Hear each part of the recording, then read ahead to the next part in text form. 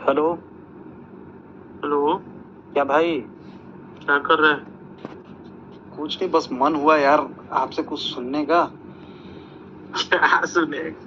कुछ बताओ यार, जो भी मन हो तुम्हारा, कुछ सुनाओ। क्या सुना? फेसबुक चला रहा हूँ। कुछ ऐसे ही फेसबुक चला रहे तो कुछ सोशल मीडिया का ही कुछ सुना दे। सोशल मीडिया में ही तो आजकल सब चल रहा है। अच्छा। तो पूरा देश सोशल मीडिया में ही लगा हुआ है। चल देश के बारे में कुछ सुना। एक बहुत अच्छा एक तो पढ़ रहा था। हाँ। बड़े अच्छे फेसबुक पे देखता हूँ, लिखते हैं। उन्हीं का टैग सुना। लिखा हुआ है, मैंने राहुल गांधी को मार दिया है। अरे यार।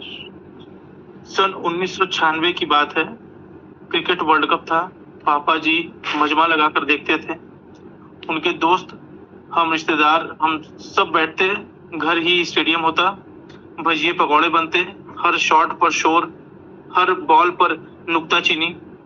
24 मार्च को पिता को ब्रेन हेमरेज हुआ। शहर में कुछ दिन इलाज के बाद भिलाई सेक्टर 9 अस्पताल ले जाया गया। 7 अप्रैल की सुबह मुझे नींद से उठाया गया। उठाने वाली पड़ोस की लेडी थी। हिलाकर उठाया, कहा कुछ नहीं, लेकिन नीचे के कमरे से रोने की आवाजें थी। मैं घबराकर सीढ़ियों से उतरा। मौत होने पर जैसा माहौल फिल्मों में देखा था वैसा मेरे घर में था। राहुल की भारत जोड़ो यात्रा के समापन पर कश्मीर में दी गई स्पीच मेरी नजरों से आज गुजरी। उस हिस्से को 2-3 बार देखा।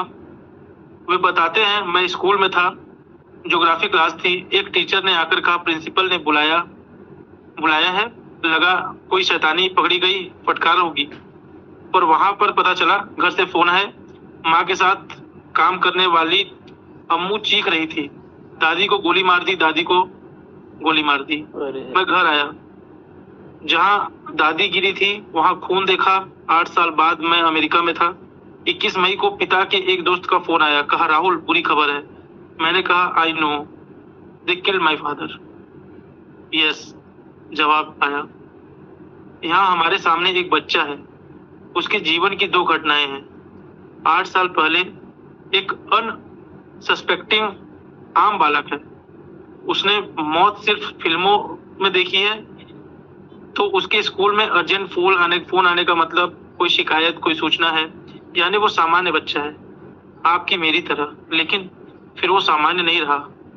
अब डर के साए में जीता है। स्कूलिंग बंद, घर पर शिक्षा होती है, कॉलेज एसपीजी सुरक्षा में जाता है, और फिर आगे पढ़ने के लिए प्रदेश। वो पिता के लिए डरा हुआ है। वो राजनीति में है, सत्ता में है। वो एक दिन अवश्य ही मार दिए जाएंगे। पिता चुनाव हारा, देश नाप रहा है, भीड़ में घुस रहा है, लोगों को गले लगा रहा है, उसके गिर्द खतरा है, इंटेलिजेंस की रिपोर्ट है। अब अगर आपको कोई फोन करके कहे कि राहुल एक बुरी खबर है, तो आम बच्चे के लिए बहुतेरी चीजें बुरी खबर हो सकती है, मगर राहुल के लिए बुरी खबर सिर्फ एक है, पिता की हत्या। और देखिए विडंबना, खबर सचमुच वही थी। श्रीनगर में वह कश्मीरियों और सिक्योरिटी फोर्सेस से बात कर रहे हैं। आम बातचीत में वे बता रहे थे कि हिंसा, मौत और आरक्षित माहौल का दंश उन्होंने खुद बेहद से करीब से महसूस किया है। पर उसने जब दिल खोला, मैं दिमाग में झांक पाया। पहली बार समझा कि उसने यात्रा शुरू करने से पहले क्यों कहा, मैं उस राहुल को मार दिया है, मैंने उस राहुल को मार दिया है। उसके जहन में सत्ता मृत्यु है। सत्ता में 2 नजदीकी रिश्तों की लाश ने यह सोच बनाई है। तो जब खुद प्रधानमंत्री बनने का मौका था, डरा हुआ वो लड़का भागता रहा। उसकी रुचि पार्टी चलाने या सत्ता पाने में कभी थी ही नहीं। सांसद शायद वह माँ की सहायता के लिए बन गया, लेकिन दौर बदल गया है।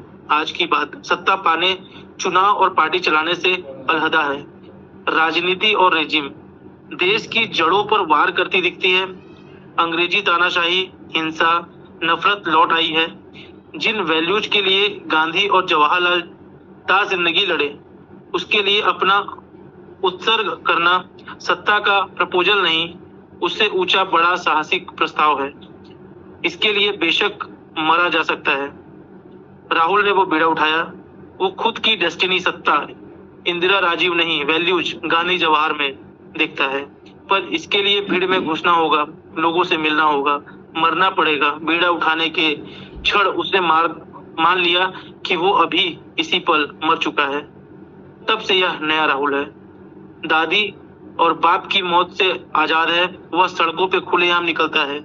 जनता जानता है कि देर सवेर कोई गोली, कोई बम, कोई गोडसे, कोई धानु आ गिरेगी और राहुल तैयार है। लेकिन मैं डरता हूं जब वो आरक्षित दिखता है तो मुझे संविधान, मेरी जीवन शैली और हिंदुस्तान का भविष्य आरक्षित दिखता है। मैं बहुत डरता हूँ। क्रिकेट नहीं देखता। जितना सुबह उठाए जाने से नफरत है, सेक्टर 9 अस्पताल और उसकी तरफ जाने वाली सड़कों से नफरत है, उतना ही राहुल को भीड़ से गिरा देखने से नफरत है।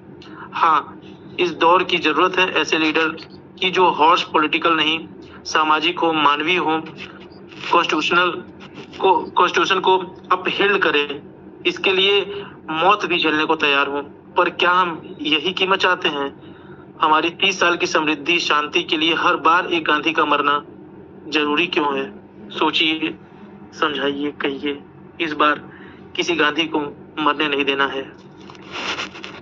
अरे ये बड़ा दर्दनाक